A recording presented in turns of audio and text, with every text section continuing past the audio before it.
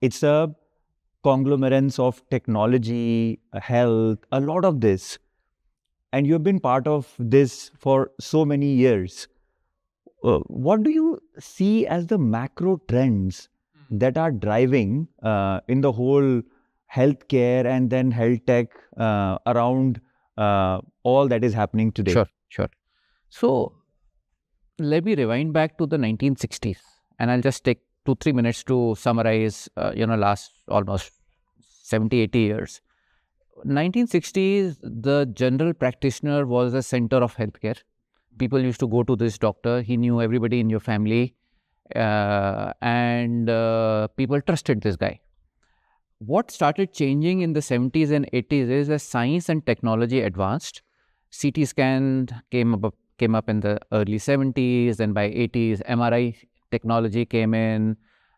Diagnostic technologies improved, surgical technologies improved, ICU technologies improved, which on one hand led to improvement of healthcare outcomes, but it also led to increased capex requirements. Right. An MRI machine cost a few $1 million. So how is a GP going to afford an MRI machine? Not possible. In parallel, in the healthcare side, knowledge expanded, partly driven by these diagnostic techniques and treatment techniques. When I was a surgery resident, my professor was a general surgeon. He could operate on a varicose vein, he could operate on the liver, and he could operate on the heart. Fast forward 20 years, nobody can, right? And pretty much nobody can, because you have to specialize. Just knowing enough about the liver, in fact, nowadays there are liver transplant surgeons who are different from hepatic surgeons. A liver cancer will be done by somebody else and a liver transplant will be done by somebody. So that is a level of knowledge that is required to be mastered. So on one hand, specialization, on the other hand, increasing cost led to the emergence of hospitals. Not emergence, or more, what should I say, power going to the hospitals away from the doctors. Yeah. Then, and then you saw in India, if you talk about, you saw Dr. Pratapa Reddy setting up Apollo, Dr. Naresh Chand setting up Escorts, Dr. Devi Shetty setting up Narayana. So a bunch of these doctor entrepreneurs came and set up these hospital chains. But if you now come to 2010s, the real power lies with the ability to raise capital. Right? So therefore, now what you're seeing is more private equity coming into hospitals. Yeah. So why I'm saying all this is that the power of the doctor in influencing healthcare has shrunken over the last 50, 60 years. He has become more of a technical expert and not the driver of the ecosystem. Whereas the managers, the financiers, the investors have become more important. Now, in all of this, the patient still trusts the doctor. Absolutely. Right? The patient still trusts the doctor.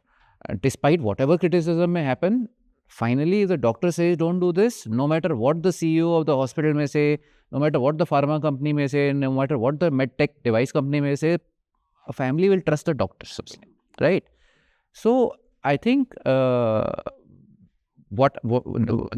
these macro trends of increasing specialization, increasingly expensive technology becoming available, which leads to better outcomes on the diagnostic side as well as on the treatment side, has done some improvements, but the trust factor between the doctor and the patient remains. And in fact, if you go back to that presentation that you are talking about, I've always made the point that the center of the healthcare universe is the doctor-patient relationship. From that arises pharmaceutical industry, because the doctor writes a prescription. From that arises the labs and diagnostic, because the doctor says, I want you to do this lab test, I want you to do this MRI.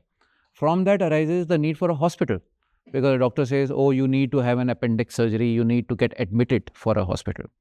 So I think if we go back to this configuration of building tools which strengthen the doctor-patient relationship, and then we are more aligned with how citizens view healthcare. Right. Rather than, oh, doctor is insignificant. If you don't have one doctor, I'll shift to the other doctor.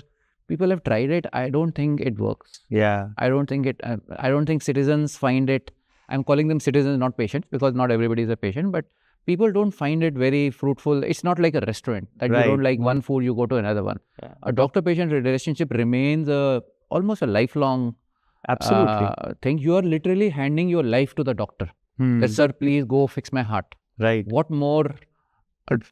Where else would you need more trust? Yeah. That I'm allowing you to cut me open and fix my heart or my brain or my kidney or whatever, right? Yeah.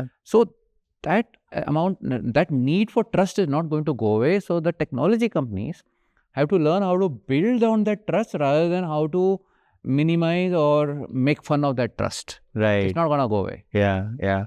No, it's so rightly said.